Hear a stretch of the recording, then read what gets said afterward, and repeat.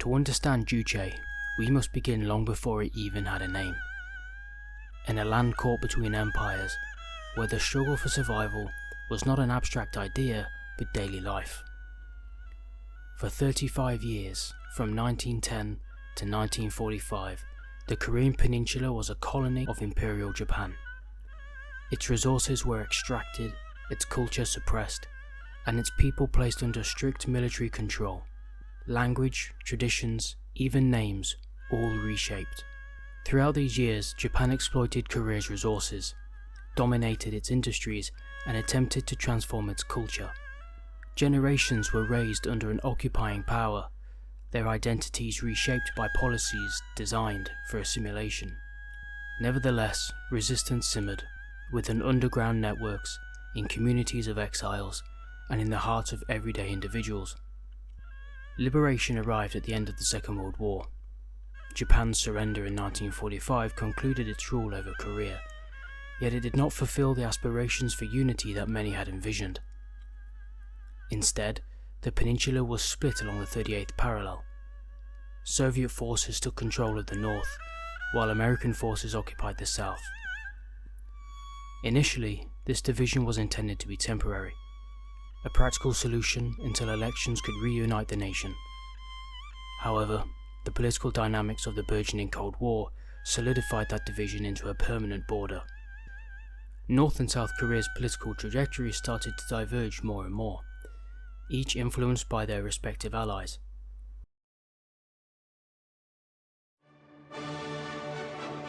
Kim Il-sung was born Kim Song-ju in 1912, into a Korea already under Japanese rule.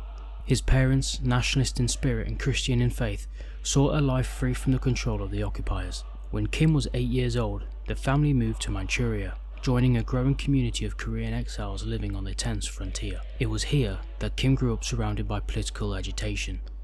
He was introduced to the revolutionary ideas in his teenage years, joining communist youth organizations that combined anti-Japanese nationalism with Marxist-Leninist theory. By the early 1930s, he had taken up arms as a guerrilla fighter, engaging in raids against the Japanese garrisons, sabotaging infrastructure, and surviving long winters in the mountains.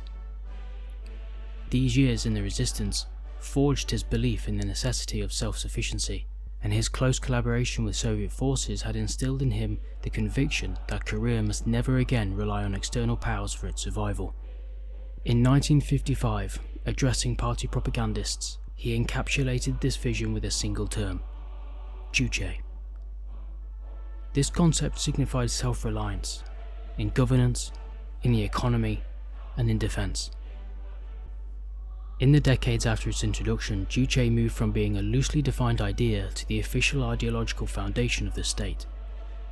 Kim Il-sung described it simply: man is the master of his destiny, but the implications were far-reaching. In politics, Juche meant independence from the world's two great ideological blocs. The North would not submit to the capitalist West, nor would it serve as a satellite to the socialist powers of the Soviet Union or China. In the economy, it meant developing domestic production, focusing on heavy industry and avoiding reliance on foreign imports. In defense, it called for military strong enough to deter any threat, without the need for foreign bases or protection. The state portrayed Juche as a uniquely Korean adaptation of socialism, one that rejected dogmatism and emphasized the nation's own path. It was taught in every school, printed in every textbook, and reinforced in public life through speeches, slogans, and cultural works. In the eyes of the leadership, Juche was not just an ideology. It was a framework for national survival in a hostile world. But as it became more rigidly enforced, it also became a tool for political control, ensuring that loyalty to the state and loyalty to the leader were inseparable. In the 1960s and 70s, North Korea's leadership pointed to tangible achievements as proof that Juche worked. Factories rose in newly built industrial zones, electricity reached remote villages, state-led farming projects and mass mobilization campaigns reshaped the countryside. Trade with the Soviet Union and China remained vital. These relationships were framed as partnerships of equals. To the outside world, the country projected the image of a self-reliant, socialist state, unshaken by the shifting alliances of the Cold War. In these years, North Korea's living standards briefly compared favourably with those of the South. The state credited this to the power of Juche, claiming it had created a society immune to dependency and foreign control. When the Soviet Union collapsed in 1991, North Korea lost its largest trading partner and main source of aid. The impact was immediate and severe.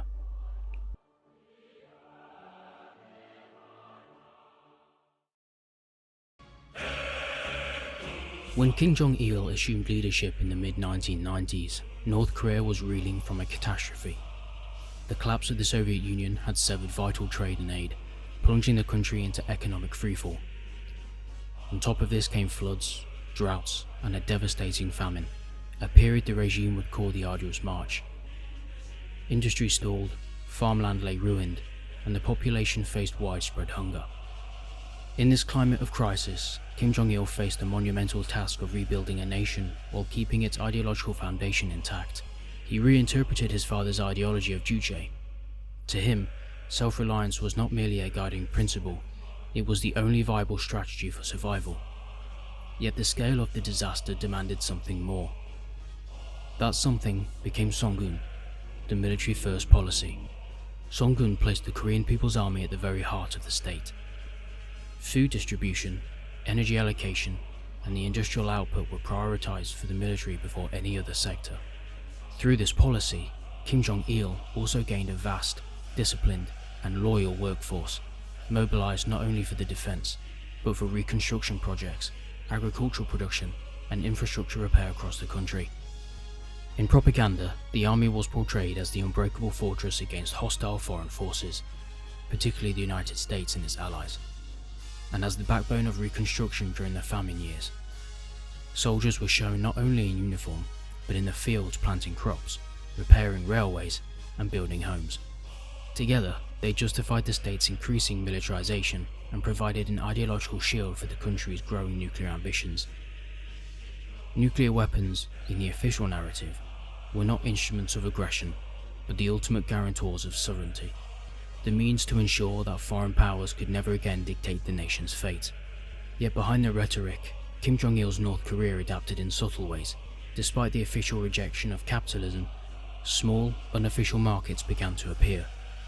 Tolerated as a necessary release valve for a struggling population, these markets brought limited economic relief, but were carefully framed as a temporary measure, never as a departure from the Juche path. In this way, Kim Jong-il preserved the ideological purity of Juche while adjusting its application to fit a harsher reality. SONGUN was the armor, Juche the heart, together forming the doctrine that carried North Korea through a decade of scarcity, isolation, and unyielding confrontation with the outside world.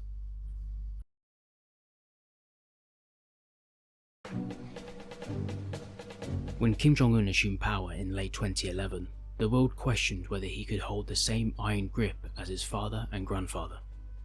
He was young, barely in his late 20s, with no decades-long political career to lend him the aura of a seasoned revolutionary. Yet from his earliest speeches, Kim Jong-un made it clear that he would not only uphold the legacies of Juche and SONGUN, but also shape them to fit a new era. His first years in power were defined by an assertion of strength, a way of telling both the North Korean people and the outside world that he was firmly in control. The military-first principle remained central, but Kim began to frame it alongside what he called the Byungjin line, the parallel development of nuclear weapons and the economy. While Byungjin had been a concept touched upon under Kim Jong-il, it existed in the shadow of SONGUN. Military priorities always outweighed economic ones during the famine years. Under Kim Jong-un, however, Byungjin was promoted to a guiding national strategy, presented as a balanced path that could defend the nation while rebuilding it. In his narrative, nuclear arms were not a diversion of resources, but a necessary shield under which the nation could safely pursue economic growth without fear of foreign interference. Under Kim Jong-un, Juche became a fusion of ideological independence, military deterrence, and selective modernization. The state's propaganda machine cast him as a leader who could feed his people and defend them simultaneously. He projected a more outward-facing image, engaging in high-profile summits with world leaders, from Beijing to Singapore to Hanoi. Each meeting was framed domestically not as a compromise, but as proof that the world had no choice but to treat North Korea as an equal. a living embodiment of Juche's principle that the nation would stand on its own terms. Domestically, Kim Jong Un tolerated and at times expanded the small informal market economy that had emerged under his father. Officially, these developments were presented as people's convenience measures rather than capitalist reform, ensuring they could be integrated into the Juche narrative rather than seen as a departure from it. Infrastructure and construction projects became a hallmark of his rule. From gleaming apartment complexes in Pyongyang to expanded leisure facilities, these projects served as symbols of resilience and progress, often completed by mobilizing vast labor forces from the military, youth brigades, and civilian work units. In this sense, Kim Jong-un's continued the practice of using state-controlled manpower as both a political tool and an economic engine, a principle rooted in SONGUN but now tied to peacetime development as much as to defense. The nuclear program, however, remained the keystone of his strategy. Successful weapon tests were broadcast as proof of North Korea's unassailable sovereignty, while satellite launches were celebrated as milestones of technological independence. Every advancement was woven into the fabric of Juche ideology, framed as evidence that the nation could achieve world-class capability without bowing to foreign powers. Under Kim Jong-un, Juche has thus evolved into a hybrid doctrine. It continues to draw strength from the revolutionary myths of the past, while being retooled to meet the political, economic, and technological challenges of the present. To the outside world, this evolution can look contradictory, isolationist in ideology, yet selectively engaged with global diplomacy. But within North Korea's borders, it is presented as a seamless continuation of the leadership line. Proof that the Kim dynasty remains the sole guardian of the nation's destiny. In the end, Kim Jong-un's version of Juche is less about strict adherence to an unchanging doctrine and more about flexibility within the framework of absolute control. It is an ideology that can adapt without admitting change. One that presents every policy shift, every diplomatic encounter, and every weapons test as an inevitable fulfillment of a vision first laid down by his grandfather more than 70 years ago.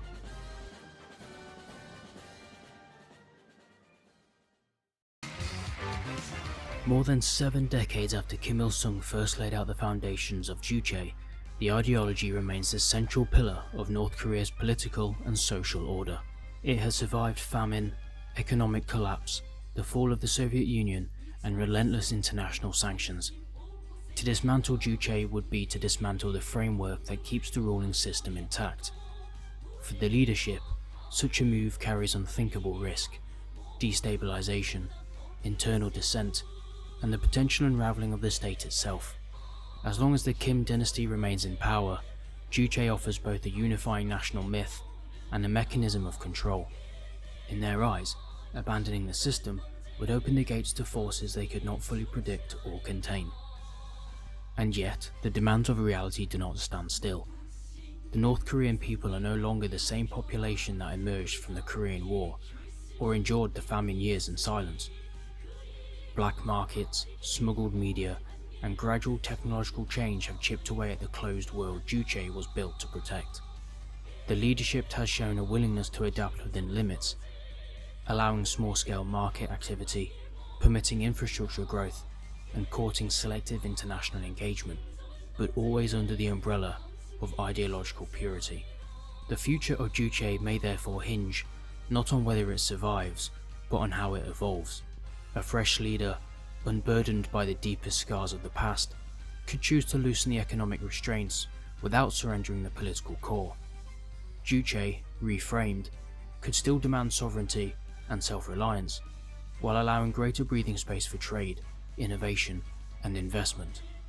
In this form, it could serve as both a shield and a springboard, preserving the regime's authority while opening the door to a measured, controlled growth. For now, the ideology remains firmly in place, its future tied to the survival instincts of the Kim family. Whether it becomes more flexible in the decades ahead will depend on the balance between control and necessity, on the ability of the leadership to keep the state's foundations intact, while adapting to a world that refuses to stop moving. Juche was born as a promise of independence. Its future may depend on whether that promise can coexist with the demands of modern reality.